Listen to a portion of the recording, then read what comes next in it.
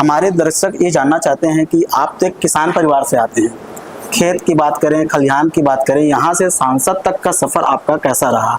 मेरे पिताजी एक कृषक थे और जैसे पहले माल गुजारी प्रथा थी, माल गुजार थे, लेकिन अब तो माल चला गया, गुजारा चल रहा है। जी। मैं किसानी भी करता हूँ, अभी भी करता हूँ, मेरे को बहुत दिलचस्पी भी है और मैं सर्विस भी किया भिलाई इस्पात संयंत्र में। 19 साल मैंने सेवाएं दी। मैं खेल में भी रुचि रखता था, मुझे कला में भी मेरी रुचि अभी भी रहती है। और मैं अचानक क्या जीवन में एक किस्मत लिखा रहता है कि कब किसको कहाँ जाना है, कौन सा जीवन बिताना है। तो कृषि करते हुए पढ़ाई के बाद कृषि, कृषि के बाद नौकरी, नौकरी के बाद राजनीति, ये मेरा दौर रहा। 2000 में मैं निर्दलीय के रूप में नगर पालिका भिलाई सिरौदा का चुनाव लड़ा। मैं पहले कांग्रेस में पदाधिकारी था 1988, 87-88 में, और तब से कांग्रेस की पदाधिकारी रहते हुए मैंने राजनीतिक जीवन की शुरुआत की। मगर मन में कभी अपेक्षा नहीं थी कि मैं कभी राजनीति में इतना आगे बढ़ूं। बस एक सेवा भाव से मैं था, लेकिन तकदीर को कुछ और मंजूर था और मैं 2000 में निर्दलीय चुनाव कांग्रेस को छोड़कर मैंने लड़ी और उसमें जीत हासिल किया। जनता जनार्दन का भरपूर आशीर्वाद भी मिला, मेरे साथियों का भरपूर प्रेम आशीर्वाद मिला।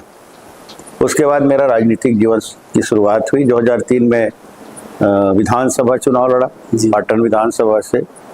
वो एनसीपी पार्टी से था और माननीय शरद पवार जी जो पार्टी बनाए, यहाँ विद्याचरण जी शुक्ल बनाए थे, उस पार्टी से। उसमें मैं हार गया, सेकेंड पोजीशन था।